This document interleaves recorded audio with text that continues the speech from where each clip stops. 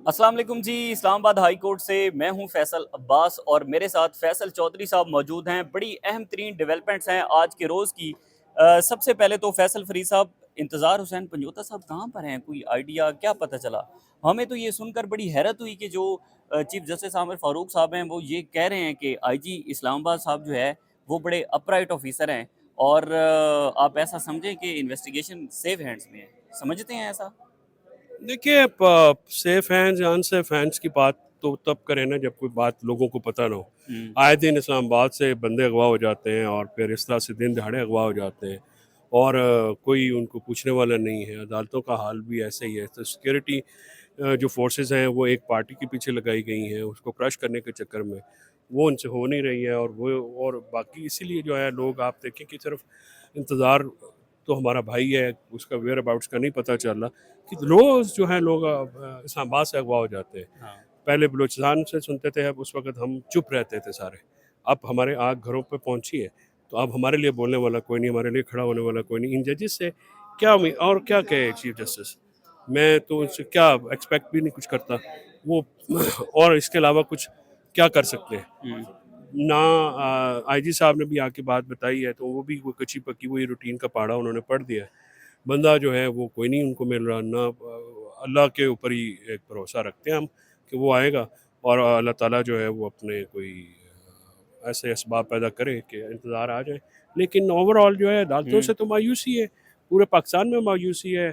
आप अंदाज़ा लगाएं कि इनके अपने अख्तियारात के ऊपर जो है डाकाज़नी है, फिर भी ये चुप करके बैठे हुए हैं। तो इतने कॉम्प्रोमाइज़ जुडिशरी की उसकी वजह भी एक है, उसकी वजह काज़ी फ़ाइज़ ईसा है, हुँ। जो कि जो इतने कॉम्प्रोमाइज़्ड हैं कि अदारा ही बिठा दिया उन्होंने, अदारे की उन्होंने बिल्कुल जो आत्मा रोल के रख दी है।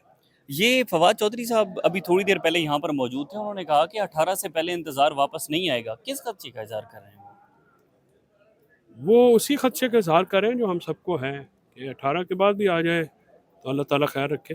ये एसईओज़ में और ये वो इनको ख़तरा है कि पीटीआई की तरफ से कोई एजिटेशन ना शुरू हो जाए, पीटीआई को ये ना करे, क्योंकि शेकी है ना ये हुकूमत जो है, ये इसकी कोई फुटिंग्स जो हैं वो लीगल तो है नहीं। ये हुँ। तो फॉर्म 47 पे आए हुए हैं, बैसाखियों के सहारे पे हैं, तो शेक करते हैं, पैनिक में चले जाते हैं। जेल से कॉल आती है तब भी ये सारे शहर बंद कर देते हैं। कोई लोग एहतजाज करते हैं तब भी ये जगह नहीं देते। सो ये पैनिक की जो है ना, पैनिक गवर्नमेंट के एंड के ऊपर, वो आप देखिए कि वो इसलिए है कि लेजिटिमेसी नहीं है, मोरल अथॉरिटी नहीं है। हुँ। जब मोरल अथॉरिटी नहीं होती और आप इस तरह से किसी के कंधों पे आते हैं, तो फिर जो कंधों वाले हैं, जो नीचे आपको आपको कंधों के नीचे सहारा दे के आपका कद बड़ा करते हैं, तो मर्जी तो फिर कंधों वाली की है ना। तो किस तो इसलिए वो आप देखें कि मंकी जंपिंग एक शोल्डर से दूसरे शोल्डर पे हो रही है। तो ये आईनी तरमीम के हवाले से भी बड़ी आज अहम तरीन यहाँ पर समाअत हुई है। आमिर फ़ारूक साहब के पास ये केस लगा हुआ है। उन्होंने कल तक इसको रखा है कि एतराज़ात जो है वो दूर किए हैं। मेरे ख़्याल में पाँचों हाई कोर्ट्स के अंदर कुछ पहले समाअत हो चुकी है, कुछ बाद में हुई है। इसको किस तरह से देखते हैं? देखिए, हाई कोर्ट्स को के अख्तियारात पे भी कदगन लगने जा रही है। आइन 19 का मुकदमा है। हाँ। आप हुकूमत करने क्या जा रही है, बताए तो सही। आइन चेंज करें। आइन जो है पूरे पाकिस्तान को इफेक्ट करता है, पब्लिक एट लार्ज का मामला है, पब्लिक इंटरेस्ट लिटिगेशन है ये। हाँ। आपके मेरे देखने वाले के तमाम वकला के, जजेस के, सबके हकूक जो हैं वो इससे मुतासर होता है। तो इन चीज़ों को जो है वो इस तनाजुर में देख रही है। हुकूमत क्या करने जा रही है, हुकूमत बताए तो सही। हुकूमत हुँ। इतना सीक्रेट, उसकी वजह ये लगती है कि हुकूमत को खुद भी इल्म नहीं है। हाँ। जब इल्म नहीं है तो फिर इस किस्म की टामक टोइयाँ मिलती हैं। जो ये अगर ये करवा भी लें, मैंने तो आज भी बयान दिया है कि हसनात मलिक साहब की स्टोरी में मैंने कहा कि अगर ये आप करवा भी लेंगे तो लॉयर्स नहीं चलने देंगे, कोई आउटराइट रिजेक्शन आई है कॉमन लॉयर्स की। सुप्रीम कोर्ट बार एसोसिएशन या बार काउंसिल जो है वो गवर्नमेंट की जेब में होगी। डेमोगॉग बने हुए हैं, आम वकील इसके खिलाफ है और वो नहीं चलने देंगे। पाकिस्तान बार कौंसिल ने तो अपना कोई मसवदे की तजवीज़ भी दी है कि आप ये कर लें। पाकिस्तान बार काउंसिल तो इस वक्त Pakistan peoples party parliamentarian group बना हुआ है ना। उसमें तो जो सात जो आवाज़ें हैं उनके लेटर आए हैं, जो मेम्बरान उनसे खिताब करते हैं उनको तो बुलाया ही नहीं गया। तो ये अब हुकूमत के पास कहीं न कहीं पर नंबर भी पूरे नहीं है। रात को जो बड़ी अहम तरीन मुलाकात हुई थी मौलाना फजलुर रहमान से, तो अटेम्प्ट तो एक होगी। आप यही समझते हैं कि अटेम्प्ट तो ज़रूर होनी है एक मर्तबा, बेशक आईनी तरमीम आगे जाके ना हो? ज़्यादा होंगी, एक क्यों होगी? अच्छा। जब वो नीयत बदरा बहाना बेस्यार, नीयत ख़राब हो तो बहुत बड़े बहाने होते हैं, तो ज़्यादा भी कर लेंगे। लेकिन मेरा नहीं ख्याल कि ये इनके पास नंबर्स हैं। नंबर से पूरे करेंगे बंदों को उठा के, और उसमें एक फैसिलिटेट किया है काजी फायज ईसा ने आर्टिकल 63 एक जजमेंट दे के, और वो सेल्फ सर्विंग अपनी ज़ात से आगे नहीं देख रहा, उन्होंने ये दिया है, तो उसने इनको राह दी है। करप्शन और फ्रॉड क्रॉसिंग होगी, जो लोग पैसे लेंगे या अपनी सियासत ख़त्म करेंगे। फैसल साहब, खबर तो ये भी है कि काजी फैसल साहब ने पैगाम भिजवाया है कि मुझे एक्सटेंशन नहीं चाहिए। तो आपको किसने कहा? काजी ने कहा? नहीं, काजी ने तो नहीं कहा, लेकिन तो खबर जब है। जब खुद कहेगा तो फिर ही बात करेंगे ना, किसी की खबर के ऊपर तबसरा थोड़ी करते हैं। अच्छा, नहीं तो आप वाक़ई समझते हैं कि अभी भी वो यानी मुझे कि लगता है कि जो खबर दे रहे हो झूठ बोलते हैं। अच्छा, जी।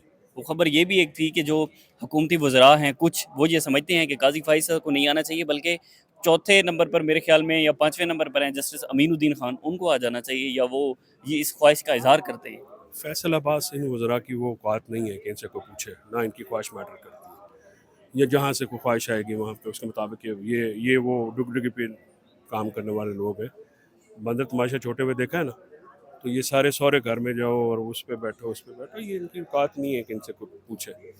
बहुत बहुत शुक्रिया, फैसल चौधरी साहब हमारे साथ मौजूद थे। आज की बड़ी अहम तरीन डेवलपमेंट थी, एक तो इस्लामाबाद हाई कोर्ट के चीफ जस्टिस आमिर फ़ारूक ने खैबर पख्तूनख्वा हाउस को डी सील करने का हुक्म दे दिया है, और इस हवाले से जो खैबर पख्तूनख्वा हुकूमत की दरख्वास्त थी, उस दरख्वास्त को मंजूर करते हुए CDA के ऑर्डर के खिलाफ ये दरख्वास्त थी, और चीफ जस्टिस आमिर फ़ारूक साहब ने जो खैबर पख्तूनख्वा हाउस है उसको डी सील करने का हुक्म दे दिया है। दूसरी अहम पेशरफ्त ये थी कि जो साबिक सेनेटर हैं मुस्तफ़ा नवाज़ खोखर, उन्होंने इस्लामाबाद हाई कोर्ट से रिजू किया था कि जो मुमकिना आइनी तरमीम होनी है, इसका ड्राफ्ट जो है वो पब्लिक किया जाए, और इस हवाले से अवाम जो पब्लिक इन लार्ज है उसके अंदर ये चीज़ सामने रखनी चाहिए, मसवदा पहले सामने आना चाहिए, उसके बाद ये तरमीम करनी चाहिए। इस पर अदालत ने जो है वो एतराज़ात दूर कर दिए हैं, जो ऑफिस की जानिब से एतराज़ात लगे थे, और ये समाअत कल के लिए फिर मुकर्रर हुई है। तीसरा अहम तरीन मुकदमा इंतज़ार हुसैन पंजोता साहब से मुतल्लिक था, जिससे पहले आपने सुना भी कि जो IG इस्लामाबाद हैं वो अदालत के अंदर ये बयान दे रहे थे कि इंतज़ार हुसैन पंजोता की जो आखिरी लोकेशन है वो लोकेशन देखी गई है अयूब चौक की, उसके बाद का नहीं पता। अब IG इस्लामाबाद और अगर तहरीके इंसाफ का माजी देखा जाए तो वो किसी से ढका छुपा नहीं है कि जिस तरह का किरदार IG इस्लामाबाद ने इसमें अपना किरदार अदा किया।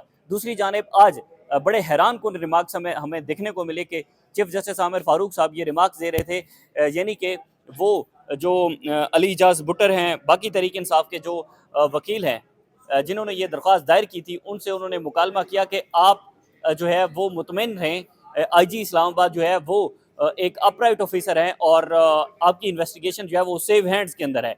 ये बड़ा हैरान कुन था कि वही IG इस्लामाबाद जिसने 3 रोज़ के अंदर जो है वो यहाँ पर तहरीक इंसाफ के कारकुनान पर क़यामत बर्पा कर दी थी, उनके लिए चीफ साहब के ये रिमार्क्स थे। इससे मुताल्लिक जो भी तफसीलात होंगी आपके साथ शेयर करते रहेंगे। आज के लिए इजाज़त दीजिए। अल्लाह हाफ़िज़।